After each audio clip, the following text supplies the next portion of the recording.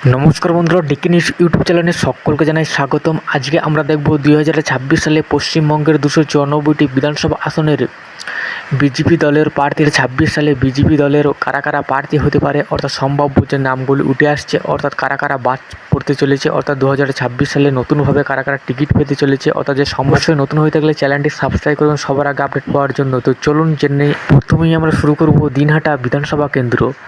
দিনহাটা বিধানসভা কেন্দ্রে 2021 সালে সামান্য ভোটের ব্যবধানে জয়লাভ করেছিলেন নীতিশ প্রামাণিক বিজেপি প্রার্থী। 2026 কেন্দ্রে সম্ভাব্য প্রার্থী হতে পারে নীতিশ প্রামাণিক। পরবর্তী বিধানসভা কেন্দ্র বহরমপুর। 2021 সালে বহরমপুর বিধানসভা কেন্দ্রে জয়লাভ করেছিলেন বিজেপি প্রার্থী। 2026 সালে বহরমপুর বিধানসভা কেন্দ্রে বিজেপির সম্ভাব্য প্রার্থী হতে পারে অর্থাৎ সুব্রত মৈত্র, অর্থাৎ সম্ভাব্য প্রার্থী। পরবর্তী বিধানসভা কেন্দ্র মুর্শিদাবাদ। 2021 সালে মুর্শিদাবাদ বিধানসভা কেন্দ্রে জয়লাভ করেছিলেন বিজেপি প্রার্থী।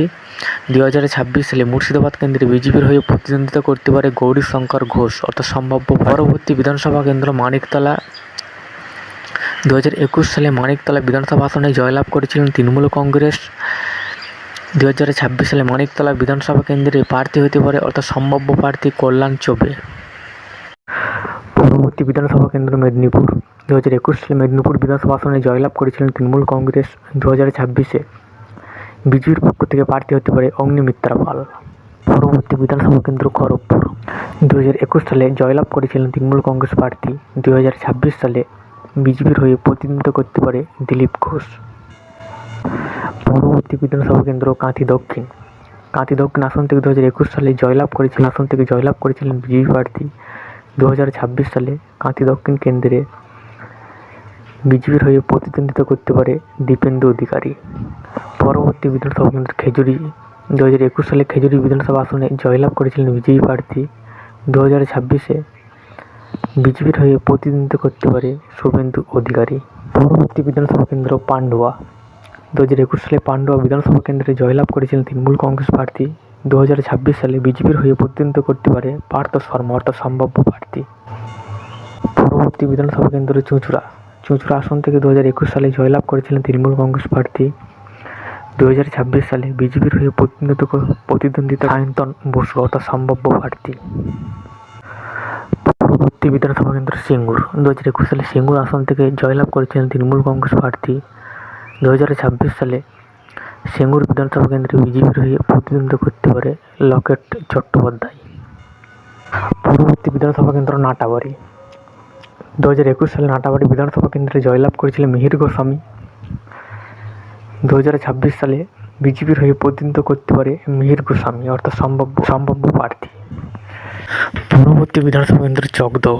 2021 সালে জয়লাভ করেছিলেন বিজেপি প্রার্থী। 2026 সালে চকদহ বিধানসভা কেন্দ্রে বিজেপির হয়ে প্রতিদ্বন্দ্বিতা করতে পারে বঙ্কিমচন্দ্র ঘোষ, সম্ভাব্য প্রার্থী। পরবর্তী বিধানসভা কেন্দ্র ভাটপাড়া।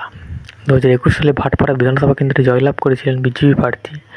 2026 সালে ভাটপাড়া বিধানসভা কেন্দ্রে বিজেপির হয়ে প্রতিদ্বন্দ্বিতা করতে পারে পবন সিং। পরবর্তী বিধানসভা কেন্দ্র ব্যারাকপুর। 2021 সালে ব্যারাকপুর বিধানসভা কেন্দ্রে জয়লাভ করেছিলেন তৃণমূল কংগ্রেস প্রার্থী। 2026 সালে ব্যারাকপুর বিধানসভা কেন্দ্রে বিজেপির হয়ে প্রতিদ্বন্দ্বিতা করতে পারে অর্জুন সিং, সম্ভাব্য প্রার্থী। পরবর্তী বিধানসভা কেন্দ্র হরিণঘাটা। 2021 সালে হরিণঘাটা বিধানসভা আসনে জয়লাভ করেছিলেন বিজেপি প্রার্থী। 2026 সালে হরিণঘাটা বিধানসভা আসনে প্রার্থী হতে পারে সম্ভাব্য অসীম কুমার সরকার। পরবর্তী বিধানসভা কেন্দ্র কল্যাণী। 2021 সালে কল্যাণী বিধানসভা আসনে জয়লাভ করেছিলেন বিজেপি প্রার্থী। 2026 সালে কল্যাণী বিধানসভা আসনে সম্ভাব্য প্রার্থী হতে পারে অম্বিকা রায়।